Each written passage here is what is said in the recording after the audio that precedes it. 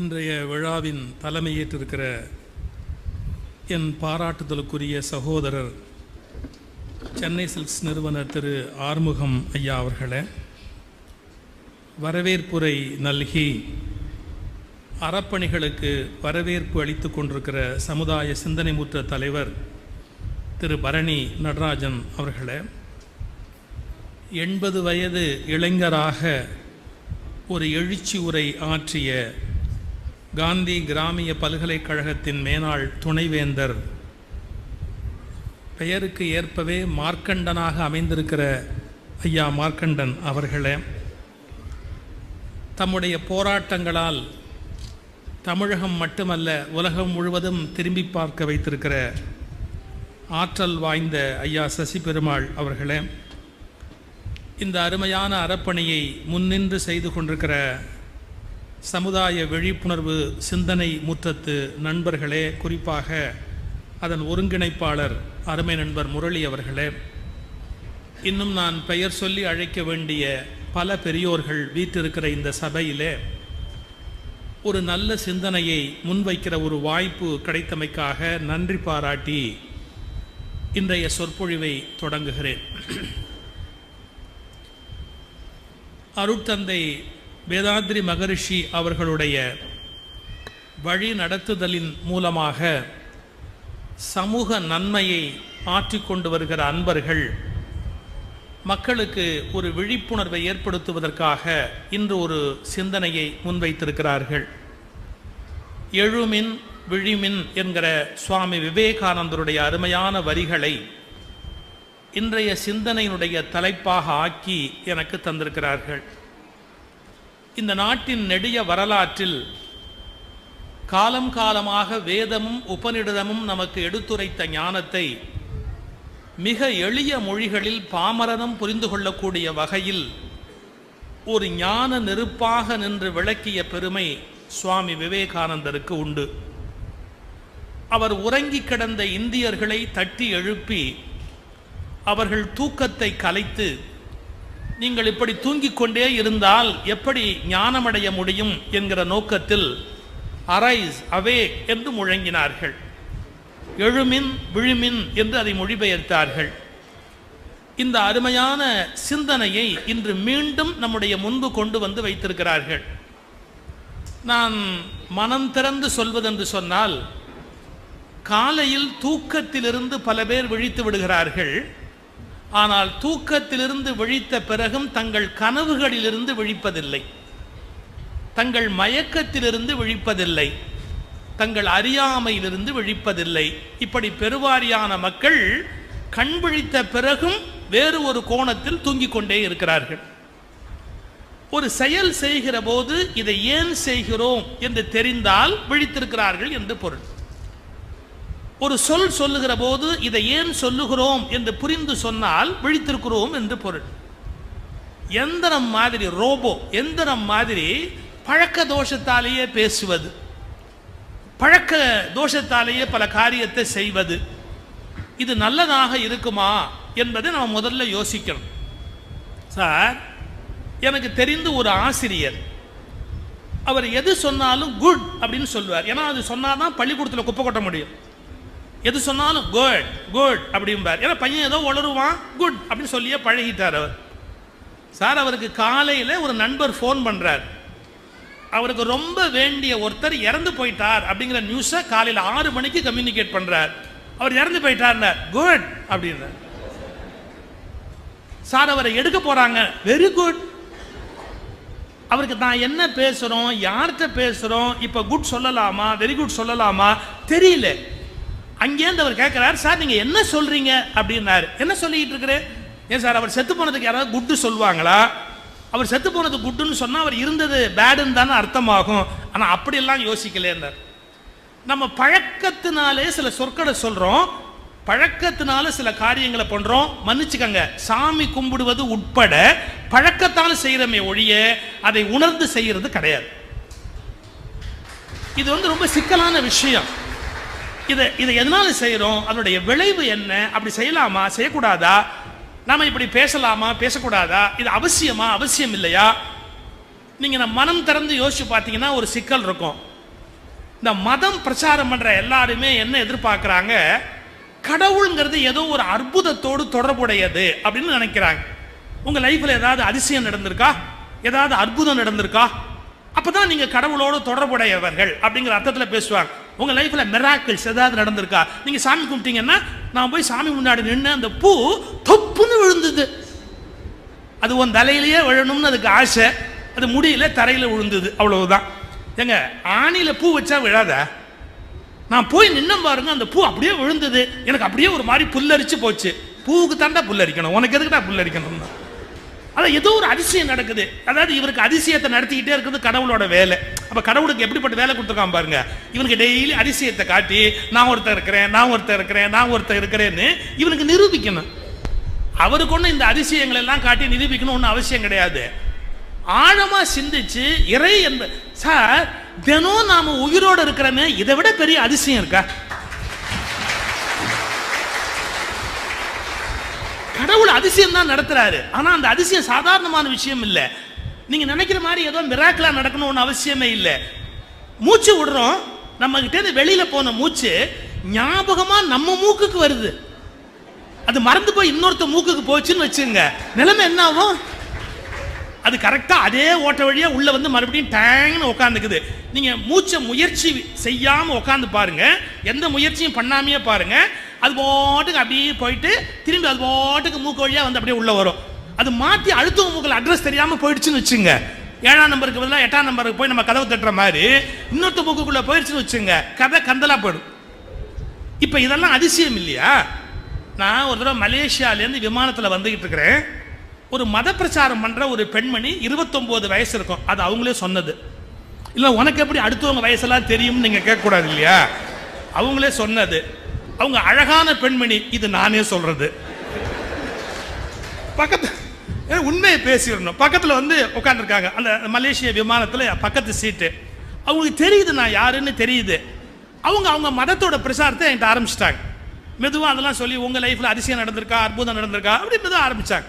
நான் என்ன சொன்னேன் தெரியுங்களா, இந்த பர்மா இந்த விமானம் அந்தரத்தில் பறக்குது, அதுவே பெரிய அதிசயம். அதை விட பாரு எனக்கு எவ்வளோ அதிர்ஷ்டம் பாரு, என் பக்கத்தில் நீ வந்து உட்காந்துருக்க. இதை விட முக்கியம் என்னன்னா, என்னோட வர வேண்டிய மனைவி இன்னைக்கு வரல. இதை விட பெரிய என்ன அதிசயம் நடக்கணும், இதை விட பெரிய என்ன அற்புதம் நடக்கணும்? என்ன சார் நீங்க இப்படிலாம் பேசுறீங்க அப்படின்னாங்க. அம்மா நீ தான் குழந்தை மாதிரி பேசுற, கடவுள்லாம் ஏதோ மிராக்கிள் நடக்கணும், அதிசயம் நடக்கணும் அப்படின்னு நினைக்கிற, அதெல்லாம் கிடையாதுமா. இறை என்பது இயற்கையின் குரல். அது ஒரு பூ பூத்தலை விட அழகான விஷயம் உலகத்தில் இருக்கிறதா?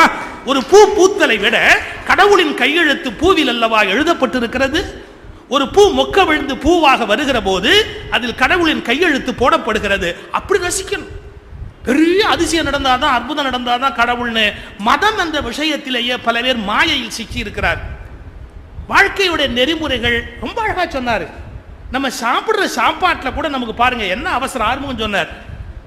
என்கிட்ட பல பேர் சொல்லுவாங்க அவனுக்கு என்ன தெரியும், திங்கத்தான் தெரியும்னு சொல்லுவாங்க. நான் சொல்றது உண்டு, எவனுக்குமே திங்க தெரியாது. இந்த உலகத்துல எவனுக்கும் சரியா திங்க தெரியாது. இப்ப நான் சொன்னா உங்களுக்கு கோவம் வரும், மறுத்தா அதை பத்தி எனக்கு என்ன கவலை, எனக்கு 62 வயசு ஆச்சு, இனிமே யாரு கோவப்பட்டா எனக்கு என்ன? யாருக்குமே திங்க தெரியாது சார். ஒண்ணு இல்லை, நம்ம இலையில வைக்கிறாங்க இல்லையா, ஒரு பேசிக் விஷயம் உணவுல நமக்கு தெரியல. சமைத்த உணவையும் சமைக்காத உணவையும் சேர்த்து சாப்பிடக்கூடாது. நம்ம என்ன பண்றோம், கேரட் பச்சையா, வெங்காயம் பச்சையா, அதோட சாப்பிடக்கூடாது. நீங்க ஆரோக்கியமா நீண்ட நாள் வாழணும்னு நினைச்சா சமைத்த உணவு தனியான நேரத்தில் சாப்பிடணும், சமைக்காத உணவு தனியாக. கேரட்டோ ஏதாவது ஒன்று சாப்பிட்றோம்னா அதை சாப்பிட்டு 45 நிமிஷம் இடைவெளி கொடுத்துட்டு தான் அப்புறமா நம்ம சமைச்ச உணவுக்கு போடும். நம்ம அதை ஒரு நாள் கூட பின்பற்றதே இல்லை. சில பேர் சாப்பிட்ட உடனே 1/2 டஜன் வாழைப்பழத்தை அப்படியே உள்ள சொல்றான். எப்பா பழத்துக்கு ஆசிட் வேண்டாம்டா, பழம் ஜெரிக்கிறதுக்கு குடல்லேருந்து வெளியே வர்ற அந்த வாயு, அந்த அமிலம் தேவை கிடையாது. அது வந்து அந்த பழத்தை வீணாக்கிடும், புளிக்க வைக்கும் பழத்தை. நீங்க பழம் சாப்பிட்றியா, அது ஆசிடே இல்லாம டைஜஸ்ட் ஆகி வெளியே போகக்கூடியது, தனியா சாப்பிடணும். இது ஒரு பேசிக் விஷயம். பாருங்க 4000 5000 வருஷமா நம்மால் சாப்பிட்றான், இது ரெண்டையும் சேர்த்து சாப்பிடக்கூடாதுன்னு தெரியலையே. இயற்கை உணவு அது தனியா இருக்கணும், செயற்கை உணவு அது தனியா இருக்கணும், அதையும் இதையும் கலக்கக்கூடாது. ரெண்டும் ஒன்னோட ஒன்று கூட்டணி வச்சா உருப்படவே உருப்படாது. இதெல்லாம் யோசிக்க நமக்கு தெரியல. பல விஷயம் நம்ம தெரிஞ்சுதான் நினச்சிக்கிட்டு இருக்கிறோம், ஆனால் நமக்கு அது தெரியல. நான் கூட மதம்னாலே அதில் ஏதோ ஒரு அதிசயம் தான் சொன்ன பாருங்க. இந்த ஜனவரி 1ஆம் தேதி மகர ஜோதி அப்படின்னு ஒன்று, சபரிமலைக்கு இங்கேருந்து எல்லாரும் கூட்டமாக போயிட்டு அங்கே ஒரு ஜோதி தெரியுது, அது ஒரு அதிசயம், அது ஒரு அற்புதம். எப்பா தமிழ்நாட்டுக்குள்ளே தன்னை நிரூபிக்கிறதுக்கு கேரளாவில் போய் ஒரு ஆள் தீபத்தை காட்ட வேண்டியிருக்கா? நான் தான் கடவுள்னு புரிஞ்சுக்கங்கன்னு காட்ட வேண்டியிருக்கா? ஆக்சுவலாக மகர ஜோதிங்கிறதுக்கு அர்த்தம் என்ன தெரியுங்களா? தனுர் மாசம், மார்கழி மாசம், அடுத்தது மகரம் அடுத்த மாசம். தனுர்லேருந்து மகரத்துக்கு சூரிய ஜோதி பெயர்கிறது. புது வருஷம், புது மாசம் பிறகுது. அது பெருசு இல்லை. தட்சிணாயனத்திலேருந்து உத்தராயணத்துக்கு சூரியனுடைய போக்கு மாறுது. தென்முக செலவுலேருந்து வடமுக செலவுக்கு மாறுது. அந்த சூரியன் என்கிற ஜோதி தனுர் மாதத்திலிருந்து மகரத்துக்கு பெயர்வதை, அந்த சூரியனை கும்பிடுவதுதான் மகர ஜோதி வழிபாடு என்கிற உண்மையான வழிபாடு. இவன் அந்த மகர ஜோதியை கும்பிடணும் அப்படின்னு வச்சா அங்க மலையில சார் ஒரு ஜோதி தெரியுது. அது கேரளா எலக்ட்ரிசிட்டி போர்டு செய்யற வேலைடா. பாருங்க எவ்வளவு காலமா மக்களை நம்ம ஏமாத்திக்கிட்டே இருக்கிறோம். மதத்தின் பெயரால ஏமாத்தணுமா? நீங்க கடவுளை நம்பணும் அப்படிங்கிறதுக்காக ஒரு விதமான போதையை உண்டு பண்ணணுமா? அவசியம் இல்லை. கடவுளை நம்புவதற்கு அவனவனுடைய மெய்யுணர்வு போதுமானது. எந்த அதிசயமும் அற்புதமும் செய்து கடவுள் தன்னை நிரூபிக்க வேண்டிய பரிதாபமான நிலையில் இல்லை. தன்னை நிரூபிக்க வேண்டிய பரிதாபமான நிலையில் கடவுள் இல்லை.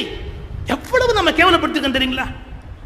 அப்போ ஏதோ ஒரு போதை, ஏதோ ஒரு அறியாமை, ஏதோ ஒரு தூக்கம் மனித சமூகம் முழுவதையும் பிடிச்ச ஆட்டு. இப்போ நம்ம ஐயா சசிபெருமாள், மார்க்கண்டன் எல்லாரும் தான் மது ஒழிப்பு, அதாவது மது போதையிலிருந்து மக்களுக்கு விழிப்புணர்வை ஏற்படுத்துவதற்கு ஒரு அமைப்பு, நம்முடைய பரணி நடராஜருடைய முயற்சியில், முரளி அவருடைய முயற்சியில் ஒரு விழிப்புணர்வு ஒரு அமைப்பு திறந்து வச்சுட்டு தான் வரும். பாருங்க, மது மக்கள் அடிமையா இருக்குன்னு கண்ணுக்கு முன்னாலே தெரியுது. குடிச்சவன் எவனும் நிதானமா பேசுறது இல்லை. குடிச்சவன் எல்லாருமே உளறான். அது எல்லா சொற்பொழிவாளரும் அப்படின்னு அர்த்தம் இல்லை. குடிக்காமையே பல பேர் உளறான். அது நம்ம ஒன்றும் பண்ண முடியாது. குடிச்சவன் கண்டிப்பா உளறான், அது ஒன்றும் மாற்ற முடியாது. குடிச்சவன் உளறான், அவனுக்கு சுய அறிவு இல்லை, தெளிவில்லை. ஐயா, சேலம் ஜங்ஷன்ல நின்றுகிட்டு இருக்கிறோம். இந்த படியிலேருந்து ஏறி வந்து ரயிலில் ஏறணும். தப தப தபன்னு 3 பேர் ஓடியாந்து ஏறணும். கடன்னு ஓடியாந்து ஏறணும். ரயில் புறட்டுச்சு. ஹவுன்னு அப்படி கத்திட்டு வந்து ஏறினவன் 2 பேர் ஏறிட்டான். ஒருத்தங்க தொப்புன்னு கீழே விழுந்துட்டான். அப்படி கீழே விழுந்த உடனே அந்த போர்ட்டர் அவனை எடுத்து நிறுத்தி, ரயில் போயிடுச்சு, பரவாயில்லைங்க 3 பேர் ஓடியாந்தீங்க, ஏதோ 2 பேராவது ஏறிட்டான், நீங்க ஏறலன்னா அதுக்காக வருத்தப்படாதீங்க, அடுத்த ட்ரெயினில் ஏறுங்க. சும்மாரியா, நான் தான் போக வேண்டிய ஆளு. அவன் 2 பேரும் வழி அனுப்ப வந்தான். என்னத்துக்கு ஏறினான்னு எனக்கு தெரியல. அவனுக்கு 2 பேரும் என்ன தள்ளி விட்டுட்டு ஏறிவிட்டாருங்க. நான் சொன்ன வரும்போதே, டே சாராய கடைக்கு போயிட்டு வராதீங்கன்னு சொன்னேன். இந்த 2 பையிலும் குடிச்சுட்டு போக வேண்டிய என்ன தள்ளி விட்டு நிக்க வேண்டிய இவனுங்க ஏறி போயிட்டான் சார் அப்படின்னு. இது விளையாட்டுக்கு சொல்லலை. குடிச்சவனுக்கு இதை ஏன் செய்யறோம், என்னத்துக்கு செய்யறோம்னு தெரியாது. கொஞ்சம் யோசிச்சு பாருங்க. குடிச்சவன் யாராவது தெளிவா பேசுவானா, தெளிவா ஒரு காரியம் செய்வானா? இது வெளிப்படையா நமக்கு தெரியுது. அவன் போதையில் இருக்கான், குடிச்சிருக்கான், அதனால அவனுக்கு மயக்கம் இருக்கு, அவனுக்கு தெரியல தான் செய்யறது சரியா தப்பா அப்படின்னு தெரியலங்கிறான். இப்போ ஐயா ஒரு வார்த்தை சொன்னார், கவனிச்சிங்களா? இந்த நாட்டில் ஏன் முறையற்ற காம உணர்வு இவ்வளவு பெருகி இருக்கு? 5 வயசு பொன் குழந்தை சார், 5 வயசு குழந்தை, 5 வயசு குழந்தையோட ஒரு 42 வயசு ஆள் தவறான உறவு கொண்டிருக்கிறான். 5 வயசு குழந்தை. ஒரு மனசு வருமா? அந்த பிஞ்சு பிள்ளைய பார்த்தா யாருக்கா தப்பான ஆசை வர முடியுமா? குழந்தை. அப்போ ஒரு குழந்தைன்னு தெரியாம அவன் குடிக்காமையே தப்பா நடந்திருக்கிறான். குடிச்சிட்டு இல்லை, குடிக்காமையே தப்பா நடந்திருக்கான். எவ்வளவு வேதனையா இருக்கு. நீங்க முந்தா நாள் பேப்பர் பாத்தீங்களா? அவனுக்கு சிறை தண்டனை கொடுத்திருக்காங்க. யாருக்கு? அந்த ஆளுக்கு. அவன் ஒரு கோயில் குருக்கள். என்ன மதம், என்ன வழிபாடு, என்ன பூஜை? அவன் இவ்வளவு நாள் சாமி கும்பிட்டு அந்த அறிவு வந்திருக்குமா அவனுக்கு? எவ்வளவு காலம் சாமி கும்பிட்டு என்ன பிரயோஜனம்? யோசிச்சு பாருங்க. பேப்பர் முந்தா நாள் பேப்பர் எடுத்து பாருங்க. 42 வயசுக்கு மேலான குருக்கள் 5 வயசு பொன் குழந்தைய தப்பா நடந்திருக்கிறான். எவ்வளவு கொடுமை இது. 10 ஆண்டு சிறை கொடுத்திருக்கிறான். 10 ஆண்டு சிறை. அப்போ என்ன? அவன் குடிக்கல, குடிக்காமையே எப்படி அப்படி புத்தி போச்சு? அதாவது இந்த சப்ரஸ்டு செக்ஸ், சின்ன வயசுலேருந்து வக்கரமான ஒரு செக்ஸ் அப்படியே மனசுல அழுத்தி அழுத்தி அழுத்தி அழுத்தி அழுத்தி அது கீழே போய் அது எப்படி பிஹேவியரா வெளிப்படுது அப்படின்னு கேட்டீங்கன்னா அவனுக்கே தெரியாது. நல்லா யோசிச்சு பார்த்தா கொஞ்சம் அவன் இதை முடிஞ்சு அரெஸ்ட் ஆகி வெளியே வரும்போது அவனுக்கு தெரியாதா, ஐயோ ஒரு சின்ன பிள்ளைகிட்ட நம்ம தப்பா நடந்திருக்கிறோம், இது ரொம்ப யோசிச்சு பார்த்தா தப்பு, இதை செஞ்சிருக்க கூடாது, அவனுக்கே தோணுமா தோணாதா? ரைட். அவனுக்கே இது தப்புன்னு தெரியுது. வார்த்தையை கவனிங்க. அவனுக்கே இது தப்புன்னு தெரியுது, ஆனா அதை செய்யாம இருக்க முடியலையே. அப்போ ஏதோ ஒரு தூக்கத்தில் இருக்கிறான் அவன். இப்ப தூக்கத்தில் நீங்க ஏதாவது செஞ்சா தெரியுமா? தூக்கத்தில் ஒருத்தர் நடக்கிறாரு, ஏதாவது தெரியுமா? தூக்கத்தில் ஒருத்தர் வளர்றாரு, ஏதாவது தெரியுமா? தூக்கத்தில் எது செஞ்சாலும் யாருக்கும் தெரிய போறது இல்லை. அப்ப தூக்கத்தில் செஞ்சது அவனுக்கு தெரியாத மாதிரி அந்த கணத்தில் அவன் தூங்கி கொண்டிருந்தான். எது? அந்த கணத்தில் அவன் விழிப்படையாம அந்த காரியத்தை செய்யறான். இப்ப நான் சொல்ல போற செய்தி உளவியல் ரீதியாக ரொம்ப ஆழமானது. கண்ணை திறந்து விழிச்சுட்டதால நம்ம விழிச்சுட்டோன்னு பொருள் அல்ல. நம்ம எல்லாருமே ஒரு வகையான தூக்கத்தில் இருக்கிறோம். இப்படி இங்கேருந்து ஆரம்பிக்கிறேன். காலேஜில் படிக்கிற பசங்க, பள்ளிக்கூடத்தில் இப்போ பரீட்சைக்கு படிக்கிற பசங்க காலையில் 5 மணிக்கு எந்திரிக்கணும் அப்படின்னு அலாரம் செட் பண்ணிட்டு படுப்பாங்க இல்லைங்களா? நைட்டு அலாரம் வைப்போம், காலையில் எந்திரிச்சு படிக்கலாம் அப்படின்ற எண்ணத்தில் நம்ம அலாரம் செட் பண்ணுவோம். நான் அது ஒரு கல்லூரியில் பேசும்போது கேட்குறேன், தம்பி காலையில் எந்திரிக்கிறதுக்காக நீ அலாரம் செட் பண்ணுற 5 மணிக்கு. காலையில் அலாரம் அடிக்குது, 5 மணிக்கு கரெக்டாக அலாரம் அடிக்குது. அலாரம் அடித்த உடனே இவன் திருப்பி அடிச்சுட்டான். இது அலாரத்தை இவன் திருப்பி அடிச்சுட்டான். அப்புறம் எப்படி அடிக்கும்? அது முதல் தடவை அடித்ததே சிவபுண்ணியம். இப்போ 2வது தடவை அலாரம் அடிக்குமா? அடிக்கல. அது இவன் தூங்கிட்டான். தூங்கி 7:45 மணிக்கு எழுந்தோ, ஐயோ பாப்பா நான் படிக்க முடியல, வேணா போச்சே, பதறான். இதை சொல்லிட்டு நான் காலேஜில் கேட்டேன், இரவு 10 மணிக்கு அலாரம் வைத்து விட்டு படுத்தவன் நான். காலை அலாரம் அடித்த போது அதை திருப்பி அடித்தவன் நான். இந்த 2 நானில் எந்த நான் நிஜமான நான்? அடிச்சது நான் தான், அலாரம் அடிச்சப்ப திருப்பி அடிச்சது நான் தான். 2மே நானா எப்படி சார் இருக்க முடியும்? 2 நான் தான். இந்த 2 நானில் எந்த நான் நிஜமான நான்? நான் ஒரு காலேஜில் பேசும்போது இதை கேட்கிறேன். ஒரு பையன் சொல்றான், நான் அவன் இல்லை. இதெல்லாம் இப்ப பசங்களுக்கு வாய் நல்லா வந்துருச்சு, நான் அவன் இல்லைன்னு பேச தெரியுது. ஆனா ஆழமா யோசிக்கணும். 10 மணிக்கு அலாரம் செட் பண்ணது நான் தானே, காலம்பரை அடிச்சப்ப திருப்பி அடிச்சது நான் தானே. ஒரு வித்தியாசம். செட் பண்ண போது இருந்த நான் என் கான்சியஸ் மைண்ட், வெளி உலகத்துக்கு தெரிந்த மேல் மனம், அந்த கான்சியஸ் மைண்ட் அலாரம் செட் பண்ணிச்சு. காலையில நம்ம எழுந்த உடனே 5 மணிக்கு எழுந்து படிக்கலாம் அப்படின்னு இந்த லேசா விழிச்சிருக்கிற மனசு செட் பண்ணிச்சு. 5 மணிக்கு அலாரத்தை திருப்பி அடிச்சது பாருங்க, அது பாதி தூக்கத்திலேருந்து முழிச்ச மனசு அப்படியே செய்யுது. அது கான்சியஸ் மைண்ட் அல்ல, சப்கான்சியஸ் மைண்ட். கான்சியஸ் மைண்டு 10 மணிக்கு படுத்து 5க்கு எந்திரிக்கலாம்னு முடிவு பண்ணுச்சு. சப்கான்சியஸ் மைண்டு ஆனந்தமா தூங்கலாம், எந்திரிச்சு ஒன்றும் குடிமொழிக்கு போறது இல்லை, நல்ல நிம்மதியா தூங்கலாம் அப்படின்ற மனசுல, ஆழ் மனசுல பதிஞ்சிருக்கிறதால அந்த மணி அடிச்ச உடனே திருப்பி அடிச்சுட்டு படுத்துட்டான். இப்ப இந்த உலகத்துல கான்சியஸ் மைண்ட்ல நீங்க விழிப்பா இருந்தாலும் சப்கான்சியஸ் மைண்ட்ல என்னென்ன தாட்ஸ் பதிஞ்சிருக்கோ அதுதான் உங்கள் வாழ்க்கையை நிர்ணயிக்குமே ஒழிய நீங்கள் கான்சியஸ் மைண்ட்ல பதிவு பண்ற விஷயங்கள் ஜெயிக்காது. நீங்க கான்சியஸ் மைண்ட்ல சொல்லுவீங்க, நான் நல்ல பையனா இருக்கணும், குடிக்க கூடாது, நான் தப்பு பண்ணக்கூடாது, நான் எந்த விதமான மிஸ்டேக்கும் பண்ணாத ஒரு அருமையான ஒரு நல்ல பையனா இருப்பேன். எல்லாம் கான்சியஸ் மைண்ட்ல எடுத்த முடிவு பலிக்காது. சப்கான்சியஸ் மைண்ட் லெவலுக்கு அது போனாதான் பலிக்கும். இதத்தான் சப்கான்சியஸ் மைண்டுக்கு போகலன்னா அவன் தூங்கிக்கிட்டே இருக்கிறான்னு பொருள். அவனை தட்டி எழுப்பியவர்கள் தான் விவேகானந்தரை போன்ற, வள்ளலாரை போன்ற ஞானிகள். விழித்திரு விழித்திரு விழித்திரு என்றார். அரைஸ், அவேக், விழிமின். இதெல்லாம் சப்கான்சியஸ் மைண்ட்ல யார் தூங்கிட்டு இருக்கிறானோ அவனை தட்டி எழுப்புறாங்க. எந்திரிப்பா, தூக்கத்திலேருந்து எந்திரிச்சா போறாது, மயக்கத்திலேருந்து எந்திரி. தூக்கத்திலேருந்து எந்திரிச்சா போறாது, மயக்கத்திலேருந்து எந்திரி. ஒரு ஆச்சரியம் சொல்லட்டுங்களா? சப்கான்சியஸ் மைண்ட்ல என்ன பதிவாயிருக்கோ இட் டிசைட்ஸ் யுவர் ஃபேட். அதுதான் உங்க வாழ்வின் விதியை நிர்ணயிக்கிறது. கான்சியஸ் மைண்ட்ல 1000 விஷயம் இருக்கலாம், சப்கான்சியஸ் மைண்ட் விடாது. ஒரு சைக்காட்ரிஸ்ட் ஒருத்தனை படுக்க வச்சுட்டு மெதுவாக ஆழ்நிலை தூக்கத்துக்கு கூட்டிகிட்டு போயிட்டார். அப்படியே கூட்டிகிட்டு போயிட்டார் தூக்கத்துக்கு. ஏன்னா இதுக்கு சைக்காட்ரிஸ்ட்லாம் தேவையில்லை, சொற்பொழிவாளரே போதும். உன்னை தூக்கத்துக்கு கூட்டிகிட்டு போகிறதுக்கு ரொம்ப ஈஸியாக முடியும் இல்லையா? அவர் சைக்காட்ரிஸ்டும் கூட. எனவே எல்லா சொற்பொழிவாளர்களும் சைக்காட்ரிஸ்ட் அப்படி கூட வச்சுங்க. அப்படியே ஆழ்நிலை தூக்கத்துக்கு கூட்டிகிட்டு போனார். அவன் ஆழ்நிலை தூக்கத்துக்கு போனதுக்கப்புறம் ஒரு காரியம் பண்ணார், குறும்பா ஒரு காரியம் பண்ணார். தலகாணி இருக்குங்களா, தலகாணி எடுத்து அவன் கையில் கொடுத்துட்டு சொன்னார், இது உன் காதலின்னார். சப்கான்சியஸ் மைண்டு முழிச்சிருக்கும் ஆழ்நிலை தூக்கத்தில். ஆனால் சைக்காட்ரிஸ்ட் சொல்கிற எல்லாமே இப்போ வேதமாக தெரியும். சும்மா ஒரு கல்லை கொடுத்துட்டு இது நவரத்தனம்னா இறுக்கி பிடிச்சிருவான். ஏன்னா அவன் கமாண்டுக்கு அவ்வளோ வலிமை உண்டு. அந்த தூக்கத்துக்கு போனதுக்கு அப்புறம் இவர் என்ன சொன்னாலும் அது அப்படியே கேட்கக்கூடிய ஒரு உணர்வு வந்துடும். தலகாணி எடுத்து கையில் கொடுத்தார். இது உன் காதலினர், அந்த காதலியை கொஞ்சற மாதிரி கொஞ்சிக்கோ அப்படின்னார். அவன் கொஞ்சறான், தலகாணியை கொஞ்சறான். கொஞ்ச நேரம் கழிச்சு என்ன பண்ணாரு, வேற விஷயம் பேசிக்கிட்டு அந்த தலகாணியை வாங்கி அந்தாண்ட வச்சுட்டார். ஆனால் தூக்கத்திலேருந்து எழுப்புறதுக்கு முன்னாடி ஒரு இன்ஸ்ட்ரக்ஷன் கொடுத்தார். என்ன கொடுத்தார் தெரியுங்களா? மறுபடியும் சரியாக 8:30 மணிக்கு நீ உன் காதலியை கொஞ்ச வேண்டும். எப்படி? அந்த தூக்கத்திலே அந்த இன்ஸ்ட்ரக்ஷன் கொடுத்துட்டார்.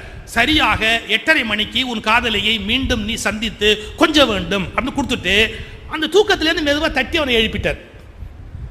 இவன் எந்திரிச்சான், இவர்கிட்ட பேசிக்கிட்டு இருக்கிறான். என்ன நடந்ததுன்னு உனக்கு தெரியுமானார். ஒன்றும் தெரியாதுங்க, நான் பாட்டு தூங்கிக்கிட்டே இருந்தேன். தூங்கிக்கிட்டா இருந்தேன். இது பேசிக்கிட்டே இருக்கார். 8:30 மணி ஆகுது, வாட்ச் அந்த கடிகாரத்தில் 8:30 மணி அடிக்குது. சார் அப்படியே பரபரன்னு எந்திரிக்கிறான். என்னமோ இப்படி தேடுறான், அப்படி தேடுறான், அங்கே தேடுறான், இங்கே தேடுறான். இவர் கேட்குறாரு, என்னப்பா தேடுறேன்னார். சுமாருங்க சார், சுமாருங்க சார். அவனுக்கு என்ன தேடுறோன்னே தெரியல, பரபரப்பாக தேடுறான். அப்படி இப்படி தேடிட்டு அவர் என்ன பண்ணியிருக்கார், ஷெல்ஃபுக்குள்ளே வச்சு கதவை சாத்தியிருக்கார். அப்படியே நேராக போனான், அந்த கபோர்டை திறந்தான், அந்த தலாணி எடுத்தான், கட்டி அடைச்சு முத்தம் கொடுத்துட்டான். கொஞ்சம் ஒரு 2 நிமிஷம் கொஞ்சம் முடிச்சதுக்கு அப்புறம் கேட்டார், இப்போ நீ என்ன பண்ண? அவன் பார்க்குறான் தலகாணி.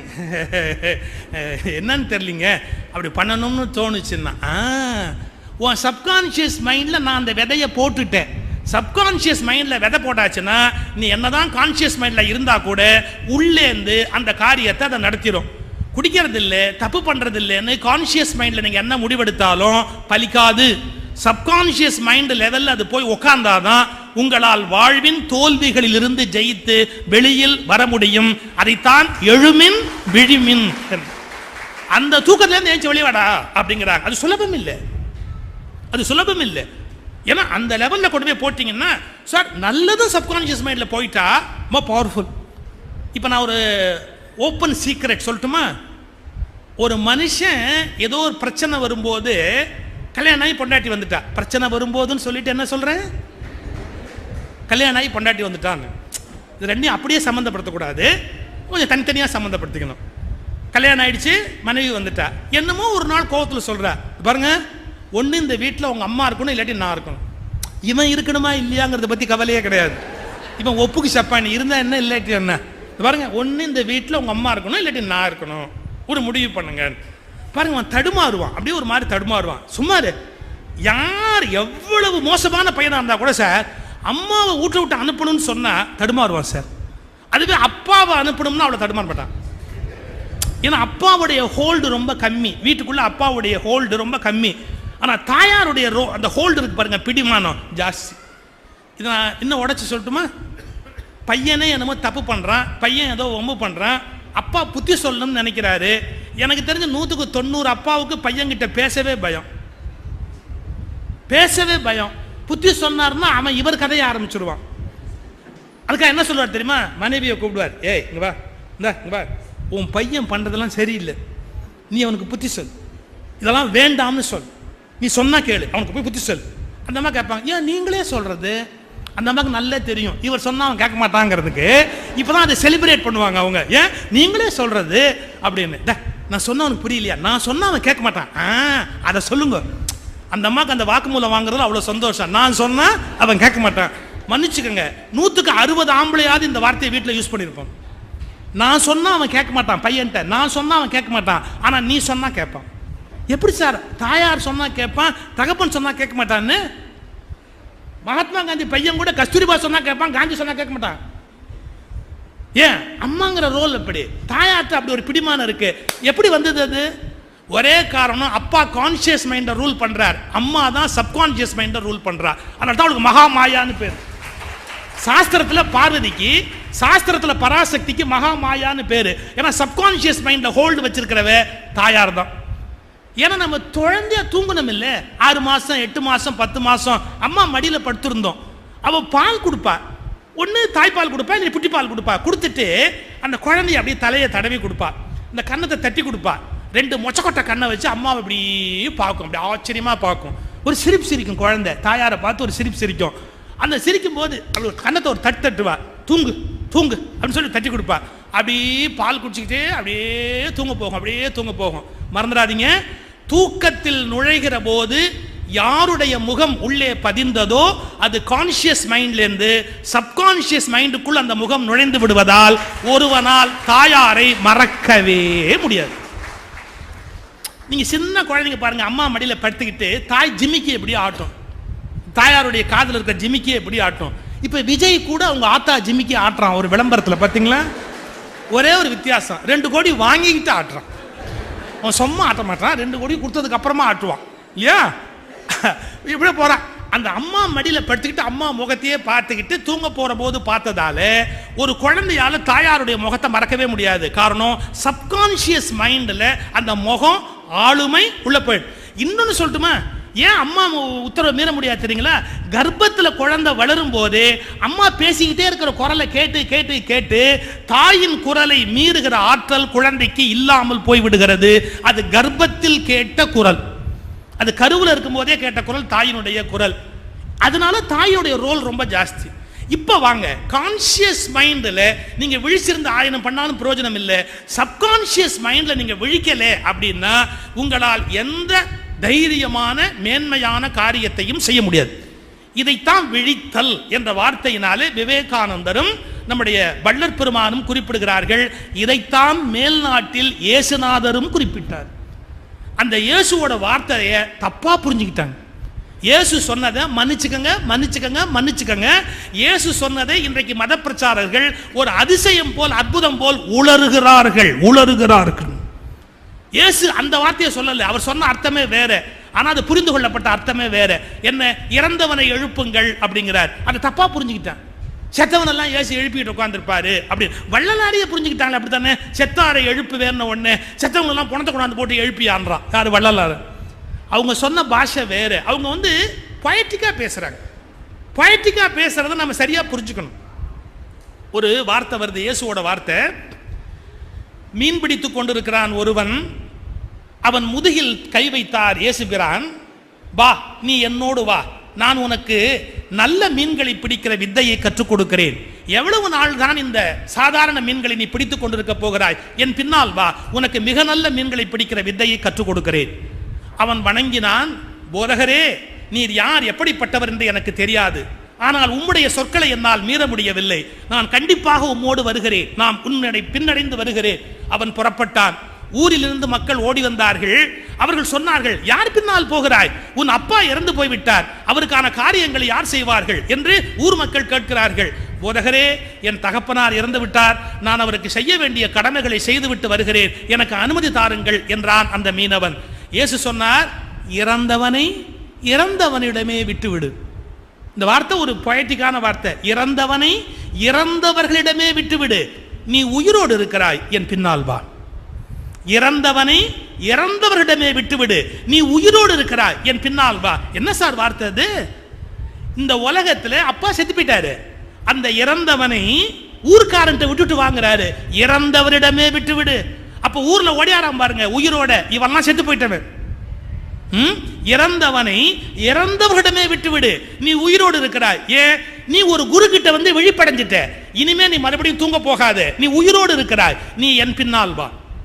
இது எவ்வளவு பெரிய வார்த்தை! இறந்தவனை இறந்தவனிடமே விட்டு விடுங்கள், நீ உயிரோடு இருக்கிறாய், என் பின்னால் வா அப்படிங்கிற இயேசுவினுடைய வசனம் எவ்வளவு மேன்மையான வசனம்! மன்னிக்கவும், கிறிஸ்தவ பிரச்சாரகர்கள் இந்த இடத்தை புரிந்து கொள்ளவில்லை, இந்த இடத்தின் ஞானத்தை புரிந்து கொள்ளவில்லை. ஏன்னா அவ்வளவு அழுமையான விஷயம் அது, அவ்வளவு உயர்ந்த விஷயம் அது. இந்த உலகத்துல பல பேர் பிறந்துட்டான்டா, செத்து போயிட்டான்டா, அவன் அதுல இருந்து எழுப்ப வேண்டியிருக்குடா, நீ எழுச்சிட்ட, உன்னை வீழ்ச்சிட்ட, இனிமே நீ அவங்க பின்னாடி போகாது. இது விழிப்பிலேயே பெரிய விழிப்பு. என்ன, அப்பா அம்மா, இந்த உறவு கிரவு இதெல்லாம் ஒரு எல்லை தான் இந்த சரீரத்தில். நீங்கள் ரமண மகரிஷி கிட்ட போய் சொல்கிறாங்க, உங்கள் பர்த்டே கொண்டாடலாம்னு இருக்கிறோம் அப்படின்னு கேட்குறாங்க. ரமண மகரிஷி கிட்ட சொல்கிறாங்க, உங்கள் பர்த்டே கொண்டாடலாம்னு இருக்கிறோம். அவர் சொன்னார், எந்த ஜென்மாலேருந்து வச்சுக்கலாம், எந்த ஜென்மாவிலேருந்து வச்சுக்கலாம்? ஏன், பிறந்த நாள்னு சொன்னால் எத்தனையோ ஜென்மம் எடுத்தாச்சு, எந்த ஜென்மத்திலேருந்து ஸ்டார்ட் பண்ணுறது? எவ்வளோ பெரிய கொஸ்டின் அது. நம்ம ஒரு ஜென்மம் இல்லை, ஜென்ம ஜென்மமாக பிறந்து வந்துகிட்டே இருக்கிறோம். இது எந்த ஜென்மத்திலேருந்து பிறந்த நாளை கணக்கு பண்ணுறது? அப்போ அவர் விழிச்சிட்டார், அவர் தூக்கத்தில் இல்லை, விழிச்சுட்டார். இந்த பிறவி, ஒவ்வொரு பிறவியில் ஒவ்வொன்று பதிஞ்சுக்கிட்டே வருது. சார், நம்ம சில காரியம் நம்ம பிளான் பண்ணி செய்ய மாட்டோம், நமக்கு செய்யணும்னு கூட தோணாது. ஆனால் அந்த நேரத்தில் அந்த காரியத்தை செய்யாமல் இருக்க நம்மால் முடியாது. அதுக்கு வாசனா அப்படின்னு சொல்றான், பதிவுக்கு வாசனை அப்படின்னு சொல்றான். பதிஞ்சிருக்கு, அது நம்ம ஜீன்ல பதிஞ்சிருக்கு, நம்ம அணுவுல பதிஞ்சிருக்கு. அந்த காரியத்தை செய்யணும்னு வெறித்தனமா தோணுது, ஏன்னே தெரியல, அந்த காரியத்தை செய்யணும் அப்படின்னு தோணுது. இது ஒரு ஜென்மத்தில் பதிஞ்சது இல்லை, பல ஜென்மத்தில் பதிஞ்சது. இதே மாதிரி ஞானம், வைராக்கியம், பல விஷயங்கள், நல்ல விஷயங்கள் கூட பல ஜென்மமாக பதிந்து கொண்டு வந்திருப்பதற்கு வாய்ப்பு இருக்கிறது. எனவே நீ பல ஜென்மத்தில் பதிஞ்ச பதிவு காரணமா இன்னைக்கு இந்த தவறை பண்ற, இன்னைக்கு இந்த காரியத்தை பண்ற. இதை நீ என்ன பண்ணணும்? உன்னுடைய அகத்தாய்வு செய்து, ஏன் எனக்கு இந்த எண்ணம் வந்தது, எனக்கு ஏன் இப்படி ஒரு எண்ணம் வந்தது, நான் ஏன் அந்த காரியத்தை பண்ணேன். இப்போ இன்னும் கொஞ்சம் உள்ள போ. நான் சொன்னது குடிச்சவனுக்கு தான் போதைங்கிறது இல்லை. இப்போ இன்னொன்று விஷயம், கோபப்படுறவன்லாம் போதை இல்லாமல் பேசுறானா? ரொம்ப கோபத்தில் ஒருத்தன் பேசுகிறான், அம்மா இங்கே லேடிஸ் கம்மியாக தான் வந்திருக்கிறீங்க, அவரே சொன்னார் பெண்கள் வந்து அறிவு திருக்கோயிலுக்கு குறைவாக வராங்க அப்படின்னு ஒரு புள்ளி வர சொன்னார், அவங்க கூட வரணும் அப்படின்னு சொன்னார். இங்கே வந்திருக்கிற பெண்கள் குறைவு தான், இருந்தாலும் நான் உங்களுக்காக சொல்கிறேன். கோவத்தில் உங்கள் வீட்டில் ஏதோ சத்தம் போடுறான்னு வச்சுங்க, அந்த தப்பெல்லாம் பண்ண மாட்டார், ஏதோ ஒரு நாள் திடீர்னு திட்டார்னு வச்சுங்க, கொஞ்சம் எல்லை மீறி போகிறார். சில பேர் கோவத்தில் பேச ஆரம்பித்தா அந்த அந்த எல்லை என்னன்னே அவங்களுக்கு தெரியாமல் போயிடும், அவங்க பாட்டுக்கு மேலே மேலே மேலே மேலே போயிட்டே இருப்பாங்க. அவர் அது மாதிரி ஒரு மேலே ஒரு எல்லை மீறி போயிட்டார். என்னன்னா, ஒரு ஒய்ஃப்கிட்ட என்னென்ன சொல்லக்கூடாதுன்னு சொல்கிறார், உங்கள் அப்பனுக்கு அறிவு இல்லைன்ட்டார், இது மட்டும் சொல்லக்கூடாது. ஒரு மனைவிக்கு வந்து தன்னை எவ்வளோ பேசினாலும் தாங்கிக்குவா, அவங்க அப்பாவை பேசினா தாங்க மாட்டான். ஏன்? அவங்க அப்பாவை பேசுகிற ரைட்டு அவங்க அம்மாவுக்கு மட்டும்தான் உண்டே ஒழிய அவங்கள தவிர வேறு யாருக்குமே கிடையாது. அது ஷீ இஸ் வெரி கிளியர். பாருங்கள், என்ன வேணாலும் பேசுங்க, எங்கள் அப்பா பேசாதீங்கம்பா. ஏன்? அது எங்கள் அம்மா டியூட்டி, அப்போ இலாக்கா, அதில் போய் நம்ம தலையிடலாமா? அதெல்லாம் சொல்கிறேன், எங்கள் அப்பா பேசாதீங்க அப்படிம்பா. ஒரு தடவை சொல்ல, உங்கள் கோவத்தை சொல்ல, உங்கள் அப்பா மறையண்டி, உங்கள் அப்பா மறையன், இந்த கோவத்தில் என்ன பேசணும்னு தெரியாது, கூட ஒரு வார்த்தை சொல்லிட்டேன். அந்த அம்மா பார்த்தா, சே இனிமேல் இந்த மனுஷன்ட்ட பேசக்கூடாது, நாகரிகம் எல்லாம் பேசுகிறாரு, கை நீட்டி அடிக்க வராரு, இப்படிலாம் பேசுகிறாரு அப்படின்ட்டு டக்குன்னு உள்ளே போயிட்டான். இனிமேல் அவர்கிட்ட பேசக்கூடாது முடிவு பண்ணிட்டு உள்ளே போயிட்டான். சார், எவ்வளவு கோபத்தில் வளர்ந்தவனுக்கும் ஒரு மணி நேரத்தில் போதை தெளிஞ்சிடும். ஒரு மணி நேரம் சும்மா உட்காந்துருந்தவன் யோசிச்சு பார்த்தா, நம்ம ஏன் இப்படி பேசணும், இதெல்லாம் பேசியிருக்க வேண்டிய அவசியம் இல்லையே, தெரியாமல் ஒரு எல்லை மீறிட்டோமே, அவன் மனசில் இப்போ நம்மளை பற்றி இமேஜ் போயிருக்குமே, நம்ம மேலே மரியாதை போயிடுமே, அது போயிடுச்சு. அந்த அம்மா காஃபி வைக்கிற முறையிலே தெரியுது, அப்புறம் தலகாணியை கொண்டாந்து போடுற மெத்தட்லேயே தெரியுது, எல்லாம் நடக்குது, மரியாதை மட்டும் இவருக்கு இல்லை. சாப்பாடு நடக்குது, ஆனால் பேச்சுவார்த்தை கிடையாது. சாப்பாடுலாம் நடக்குது, ஆனால் ஒன்றும் கேள்வி முறையாக கிடையாது. இப்போ என்ன சொன்னாலும் பதில் கிடையாது. அவன் அப்படி பார்த்தான், ஒரு நாள் ஆச்சு, 2வது நாள் வர வழியே இல்லை, 3வது நாள் பார்த்தான், டக்குன்னு சரண்டர் ஆகிட்டான். என்னமோ கோவத்தில் தெரியாமல் ஓடு, இதை போய் பெருசாக எடுத்துக்கிட்டு நீ பேசாமல் இருந்தால் எப்படி? மனுஷன்னா கோவம் வராதா? ஏதோ கோவத்தில் ஒளி, அது கோவத்தை சொல்கிறதெல்லாம் நிஜமா? கோவத்தில் சொல்கிறதெல்லாம் நிஜமா? இல்லைம்மா, அதை பெருசாக எடுத்துக்காது. அப்படி தான் ஆம்பளை வந்து சமாதான உடன்படிக்கையில் கையெழுத்து போடுவான். கோவத்தில் சொன்னதெல்லாம் பொய், அது பெருசாக எடுத்துக்காது. இங்கே வந்திருக்கிற பெண்கள் குறைவாக இருக்கிறீங்க, உங்களுக்கு ஒரு ரகசியம் சொல்லிட்டு போகிறேன். கோவத்தில் சொன்னது தான் உண்மை.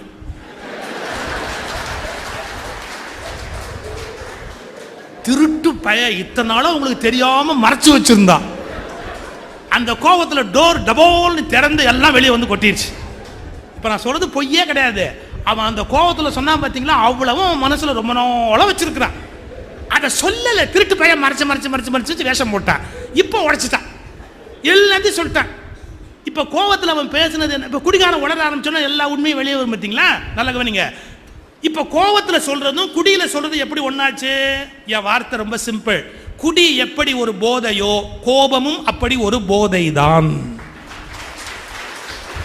குடி எப்படி ஒரு போதையோ, கோபமும் அப்படி ஒரு போதை தான். அந்த கோபத்தில் இருக்கிற கிக்கு இருக்கு பாருங்க, 100 மில்லியில் கூட கிடையாதுங்கிறான். கிடையாதுங்கிறான், கிடையாதுன்னு சொல்லலை, கிடையாதுங்கிறான். அந்த கோபத்தில், நம்ம கோபத்துக்கு 4 பேர் பயப்படுற போது அப்படி ஒரு போதை ஏறும். அப்படியே நான் சொல்றேன்ல அப்படின்பா. இந்த கோபம் அந்த பாடுபடுத்தும். நீங்க நல்லா யோசிச்சு பாருங்க, கோபம் மெதுவாக போதையில் தானே கொண்டு போய் விடுது. இப்போ கோபத்திலேருந்து வெளியே வரணும், காமத்திலேருந்து வெளியே வரணும், பயத்திலேருந்து வெளியே வரணும் அப்படின்னா நீங்க விழிப்பு நிலையில் இதுல எல்லாம் வெளியே வர முடியாது. விழிப்பு நிலை இப்போ இருக்கிற நிலை, நான் சொல்றது கான்சியஸ் மைண்ட்ல இருக்கிற ஒரு விழிப்பு நிலையில நீங்க தவம் பண்ணி அகத்தாய்வு பண்ணி, அதான் அழகா சொன்ன, அகத்தாய்வு பண்ணாம தவம் வராதுன்னாருல. நீங்க உள்ள போய் அந்த உள்ள இருக்கிற எண்ணங்கள் எல்லாம் தூக்கி அப்படியே குப்பையை தூக்கி வெளியே போடுச்சு, எனக்குள்ள எவ்வளவு பெரிய மோசமான ஜூ இருக்குது, எனக்குள்ள எவ்வளவு மோசமான எண்ணம் இருக்கு, ஏன் இப்படி எனக்குள்ள இப்படி ஒரு எண்ணம் இருக்கு அப்படின்னு அதை எடுத்து தூக்கி வெளியே போட்டுட்டு அவாடா அப்படின்னு அந்த சப்கான்சியஸ் மைண்ட்லேருந்து குப்பையை தூக்கி வெளியே தள்ளிட்டா அப்புறம் அந்த அதுலேருந்து முழிச்சு வெளியே வரீங்க பாருங்க. அந்த விழிப்பு தான் உங்களை ஞானியாக ஆக்க முடியும். ஏன்னா அது உள்ள நீங்க அப்படியே சிக்கிக்கிட்டே இருந்தீங்கன்னா என்னதான் வெளியில பூஜை பண்ணாலும் என்னதான் சாமி கும்பிட்டாலும் என்ன ஆகும்னு கேட்டா நீங்க இதெல்லாம் முடிச்சுட்டு கொஞ்ச நேரம் ஆன உடனே உள்ளேருந்து அதை ஏஞ்சி உட்காந்து. நான் இப்படி சொன்னா பல பேர் வருத்தப்படுவாங்க. எவ்வளவு பெரிய மகான்கள் எல்லாம் காமத்தில் வீணா போயிருக்காங்க பாருங்க. எடுத்து வரலாறு படிங்க. நீங்க ஆழ்வார்கள் வரலாற்றில் இல்லையா, நாயன்மார்கள் வரலாற்றில் இல்லையா, திருநீலகண்டம்னு நாமத்தை சொல்லக்கூடிய பக்குவம் பெற்ற ஒருத்தர் பிராஸ்டியூட் வீட்டுக்கு போயிட்டு வரலையா? நம்ம சும்மா கதையிலெல்லாம் பூசத்தக்கூடாது. அதெல்லாம் இல்லை. ஒரு நாள் தெருவழியா போனாரு, அவ எச்ச துப்பிட்டா, இப்படிலாம் கதை கொண்டாந்துருக்கா கிடையாது. சேக்கிழார் பெரிய புராணத்தை கிளியராக எழுதுறார். பெரிய சிவனடியார் தான் திருநீலகண்ட நாயனார். ஆனால் இன்பத்துறையில் எளியராகி he was very weak in sex. he was very weak in sex. ஓப்பனா அட்மிட் பண்றார். அவர் திருநீலகண்டர் சாமி கும்பிடுறாரு. விப்ர நாராயணர் தாசி வீட்டு வாசல்ல போய் நிக்கிறாரு. யாரு? விப்ர நாராயண் ஆழ்வார் தாசி வீட்டு வாசல்ல போய் நிக்கிறாரு. கதவை தர நான் உள்ள வரணும், உன்னோட இருக்கணும் அப்படின்னு வெக்கத்தை விட்டு பிச்சை எடுக்கிறாரு. இதுல பெரிய கூத்து, காசு கொடுக்காம உள்ளோட மாட்டேன்ட்டா. இதுக்கு ஸ்ரீரங்கம் பெருமாள் போய் பணம் கட்டிட்டு வந்தார். ஏன்னா இந்த பயலை திருத்தணுங்கிறதுக்கு அவருக்கு தலையெழுத்து கோயில் தங்க வெட்டியில் இருக்கு இல்லையா, தங்க வெட்டியில கொண்டு போய் உள்ள கொடுத்து அந்த பயலை உள்ள விடு அப்படின்னார். வேற ஒன்றும் பண்ண முடியாது.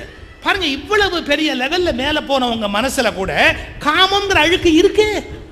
அது இன்னைக்கு பதிஞ்சது இல்லை, அது எப்பவோ பதிஞ்சது. ஜென்மமான யாத்திரையில எப்பவோ பதிஞ்சது. இன்னும் சொல்ல போனா அப்பனும் ஆத்தானும் சந்திச்சு கரு உண்டான போது பதிஞ்சது. அதை இவர் எப்படி மாற்ற முடியும் sir? At the time of making, நான் உண்டாகிற போது வார்த்தை கவனிங்க, நானே அப்ப இல்லை. எங்க அம்மா உடம்புல பாதி, எங்க அப்பா உடம்புல பாதியா இருக்கிறேன். நான் இணைஞ்சு எங்க தாயார் கருவுல வந்து ஒன்னா உண்டாகிற போது, நான் உண்டாகிற போது அப்பங்கிட்டே இருந்து 10 விஷயம், ஆத்தா கிட்டே இருந்து 50 விஷயம், அப்பங்கிட்டே இருந்து 50 விஷயம் சேர்ந்து தானே சார் வந்திருக்கிறேன். அது எங்க அப்பாவுக்கு அவங்க அப்பா எத்தனை அப்பாட்டே இருந்து வந்து பரம்பரையா மேல போற இடத்துல இருந்து வந்திருக்கலாம். யாரு கண்டா? அது எதை எடுத்துக்கிட்டு வரணும்னு யாருக்கு தெரியும்? நம்ம பரம்பரையில் ஒரு கொலகார தாத்தா இருந்து குடியெடுத்திருப்பான். அந்த தாத்தா எவனையும் விட்டுட்டு நம்ம மேல வந்து உட்காந்துருப்பான். வரிசையா 3 தலைமுறையை விட்டுட்டு நம்ம ஜீன்ல ஏறி வந்து உட்காந்துக்குவான். நமக்கு யாரையாவது கொலை பண்ணணும்னு தோணும். நம்ம எவ்வளோ அடக்கி வச்சிருந்தா கூட யாராவது ஒத்துறையாவது கொலை பண்ணணும், ஒரு நாளாவது கொலை பண்ணணும்னு அந்த தாத்தா உள்ளேருந்து ஜீன்லேருந்து குடுக்குன்னு உட்காந்து பண்ணிக்கிட்டே இருப்பான். இவனை எப்படி ஜெயிக்கிறது சார்? மரபணுக்களின் பிடியிலிருந்து நான் விடுபட்டால் ஒழிய அந்த உணர்வை என்னால் வெல்ல முடியாது. அதுக்கு நான் என்ன பண்ணணும்? நான் உடம்பல்ல, நான் மனமல்ல, நான் உடம்பல்ல, நான் மனமல்ல, நான் உடம்பையும் மனத்தையும் கடந்த புத்தி அறிவும் அல்ல, நான் உடம்பல்ல, மனமல்ல, அறிவும் அல்ல, இவற்றை சாட்சி மாத்திரமாக பார்க்கிற ஆன்மாதான் நான் என்று விழிப்படையாத வரை ஒருவன் தன் சுய துக்கங்களை வெல்ல முடியாது. இவைகளை சாட்சி மாத்திரமாய் பார்க்கிற ஆன்மாவன்றி நான் வேறு எதுவும் இல்லை அப்படிங்கிற தெளிவு பெற்றால் மட்டுமே உங்க ஜீன்லேருந்து ஏற்படுற ஒரு ஆசையை நீங்க ஜெயிக்க முடியும். இல்லாட்டி எப்படி ஜெயிக்க முடியும்? அது உள்ளேருந்து கொட குறைஞ்சிக்கிட்டே தான் இருக்கும். அதை வெல்லுவது முடியலையே. விரதம் இருக்கிறேன். எனக்கு ஒரு பெரிய பாடகர் சார், அவர் அந்த காலத்தில் பக்தி பாட்டெலாம் போடுவார். நானும் அவரும் கோபிச்செட்டிப்பாளையத்தில் ஒரு வீட்டில் தங்கியிருந்தோம். அப்போ என்ன சொன்னாங்க, காலையில் நாங்கள் டிஃபன் சாப்பிட்டு வந்தோம். அவர் வந்தார். வந்த உடனே சொன்னாங்க, அருமையான டிஃபன் சாப்பிட வாங்கன்னாங்க. அவர் டக்குன்னு ஒரு ஸ்லிப்பில் ஒரு வாட்ஸ், கிருத்திகை விரதம் நான் சாப்பிட மாட்டேன்னார். கிருத்திகை விரதம் சாப்பிட மாட்டேன் அப்படின்னார். அவருக்கு தபேலா வாசிக்கிறவன் ஒருத்தர் இருக்கிறான், பயங்கரமான ஆள். அவன் அப்போ தான் சாப்பிட்டு உள்ளேருந்து வந்தான்.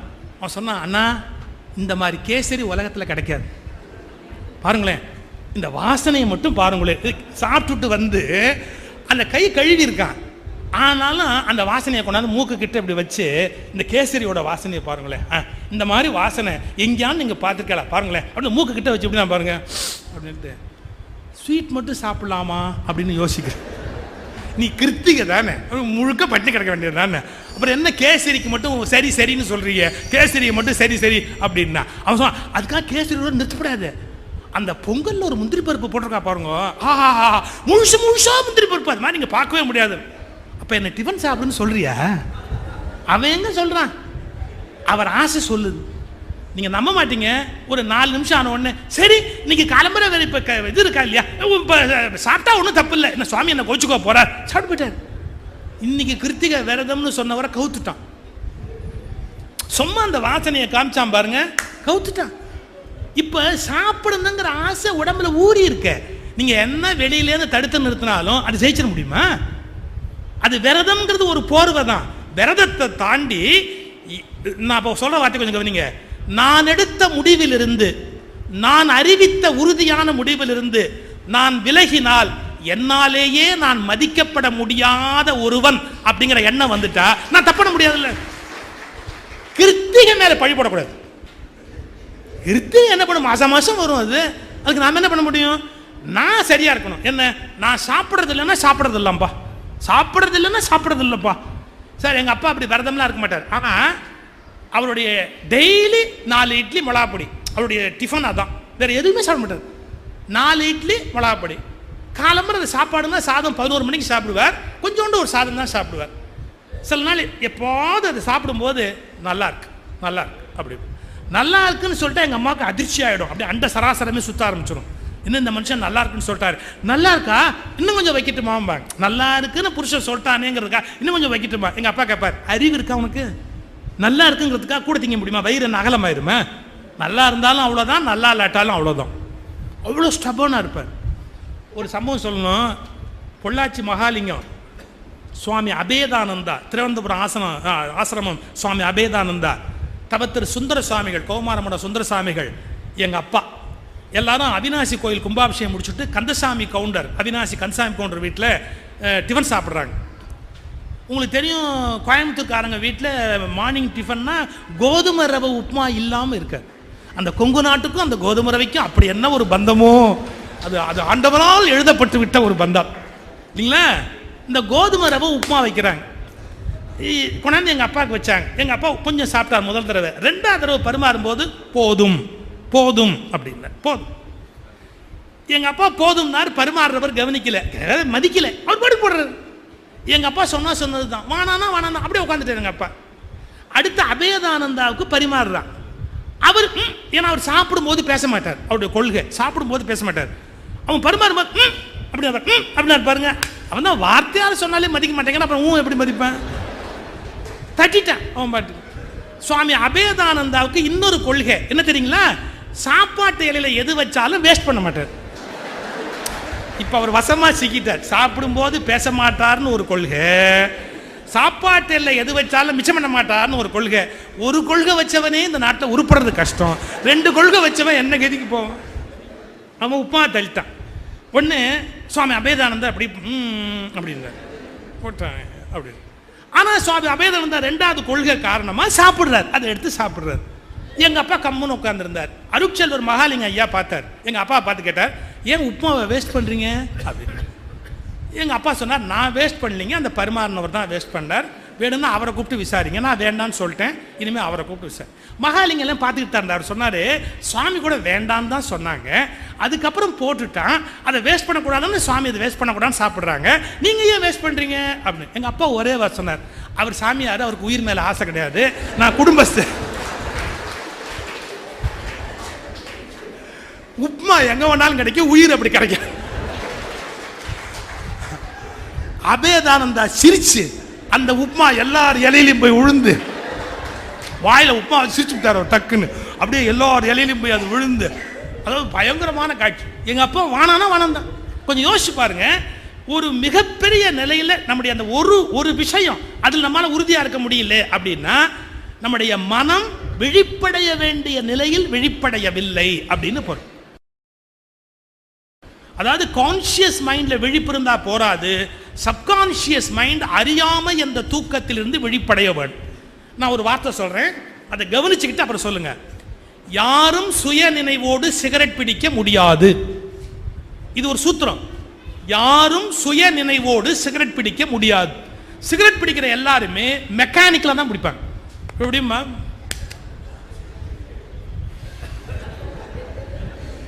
நீ என்ன பண்ற அப்படிங்கிறது அப்ப தெரியுமானா தெரியாது. கொஞ்சம் அப்படிமா தட்டுவான். ஏன் தட்டுறாள்? என்ன இருக்கு தட்டுறதுக்கு? உண்டியல தட்டுறதுக்கு அதில் அப்படி தட்டுவான். நல்ல கவனிங்க.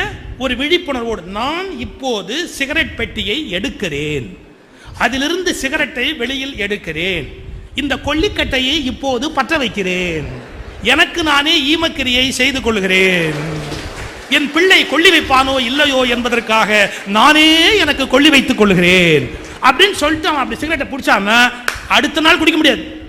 ஏன் தெரியுங்களா? நீங்க விழிப்புணர்வோடு அந்த காரியத்தை பண்ணிட்டீங்கன்னா இது இருமல் வரும், கெடுதல்னு தெரியும், உள்ளேந்து தள்ளும்.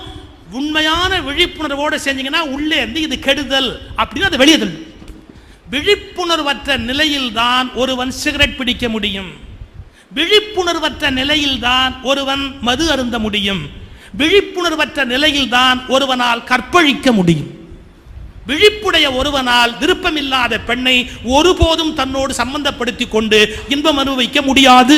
விழிப்புடைய ஒருவனால் ஒருபோதும் அதை செய்ய முடியாது. விழிப்படையாத ஒருவன் தான் கற்பழிக்க முடியும். விழிப்படையாத மிருகம்தான் 5 வயது குழந்தையோடு இந்த உறவில் ஈடுபட முடியும். குழந்தை, பிஞ்சு குழந்தை எடுத்து கொஞ்ச வேண்டிய கடவுள் தோணாதா? தோணலையே. ஒரு மிருகத்தனமான எண்ணம் வந்துருச்சு. அப்ப நடந்து கொண்டான 5 வயசு குழந்தை கிட்ட. ஏன் நீங்க டெல்லியில் ஒருத்தரை பத்தி சம்பவம் போட்டிருந்தா ஐயோ சகிக்க முடியும். இன்னைக்கு குழந்தைங்க எப்படி இருக்கு தெரியுங்களா? 2.5 வயசு சார் ஒரு பொன் குழந்தை. முந்தா நாள் நடந்த சம்பவம். 2.5 வயசு ஒரு குழந்தை வீட்டுக்குள்ள நுழையிற எலக்ட்ரீஷியன் அந்த குழந்தைய பார்த்தோம். எந்த குழந்தைய பார்த்தாலும் எல்லாருக்கும் ஒரு பிரியம் வரும் இல்லையா? பாப்பா உன் பேர் என்ன அப்படின்னு கேட்குற. பாப்பா உன் பேர் என்ன? அந்த குழந்தை அவங்க அம்மாவை பார்த்து சொல்லுது, இந்த மாமா நல்ல மாமாவா கெட்ட மாமாவா? நாங்கள் அப்படியே ஸ்தம்பிச்சு போயிட்டோம். இந்த மாமா நல்ல மாமாவா கெட்ட மாமாவா? முகத்தை திருப்பிக்கிட்டே கேட்குது. அவங்க அம்மாவுக்கு ஒரு மாதிரி ஆகிப்போச்சு. அந்த எலக்ட்ரிஷியன், அம்மா நான் நல்ல மாமா தாம்மா அப்படின்னு. எங்கள் அம்மா சொல்லியிருக்காங்க கெட்ட மாமாவோடலாம் பேசக்கூடாது அப்படின்னு.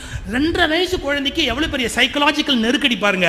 இவங்ககிட்ட பேசலாமா பேசக்கூடாதான்னு அந்த குழந்தைய யோசிக்க வைக்க வேண்டிய அளவுக்கு நம்ம தள்ளிட்டோம். அப்போ எவ்வளோ மோசம். ஆட்டோ ரிக்ஷாவில் பொன் குழந்தைங்களை அனுப்ப முடியல சார்.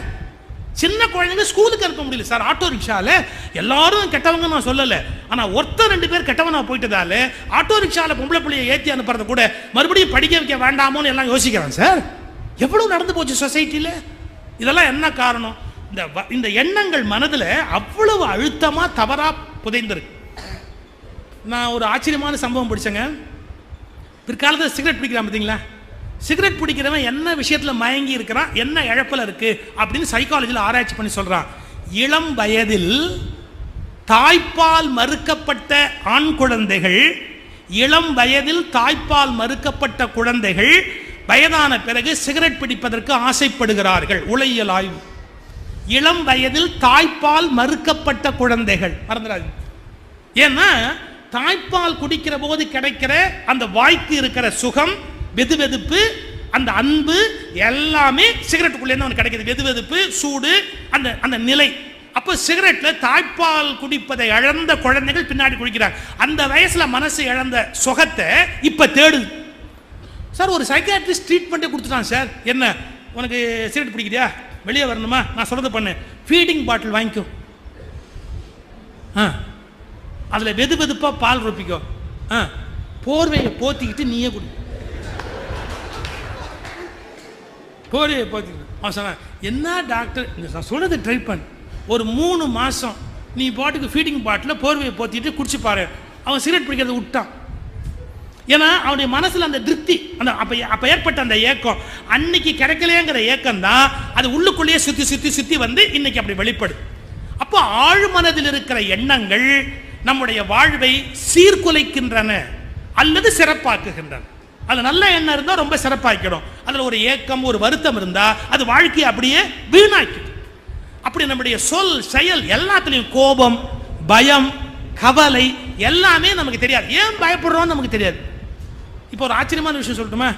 நம்ம குழந்தைங்க கிட்ட இப்படி ஒரு லைட் போட்டிருக்கு, இங்கேருந்து அந்த ரூமுக்கு போயிட்டு வா அப்படின்னா அப்படியே போகும். நல்லா கவனிங்க, லைட் இருக்கு, ரூமுக்கு போயிட்டு வா, லைட்டை ஆஃப் பண்ணிட்டு வான்னா அப்படியே ஆஃப் பண்ணிட்டு வந்துடும். ஆனால் இருட்டா இருக்கிற ரூம்ல போய் உள்ள போய் லைட் போடு அப்படின்னா போகாது, பயமா இருக்கு அப்படிங்கும். ஏன் இருட்டை பார்த்தா பயம்? நம்ம பெரியவங்களாம் கேட்போம், ஏன் பயப்படுற? அப்பா இங்கே உட்காந்துருக்கிறேன், அப்புறம் நீ பாட்டுக்கு உள்ள போய் லைட் போட வேண்டியதானே. எனக்கு இருட்டை பார்த்தா பயமா இருக்கு குழந்தை சொல். இது என்ன சொல்றான், இருட்டை பார்த்தா பயம்ங்கிறது இந்த குழந்தையோட குவாலிட்டி இல்லை. 5000 வருஷத்துக்கு முன்னாடி நம்ம காட்டில் இருந்தோம். காட்டில் நம்ம எல்லாத்தையும் ஜெயிச்சுட்டோம். புலி, சிங்கம் எல்லாத்தையும் ஜெயிச்சோம். ஆனால் ஒன்றை ஜெயிக்க முடியல. என்ன, ராத்திரி ஆயிட்டா தூங்கும் போது ஒரு பாம்பு கடிச்சுட்டா என்ன பண்றது நமக்கு தெரியல. இருட்டா இருக்கு, நமக்கு வெளிச்சம் தெரியாது.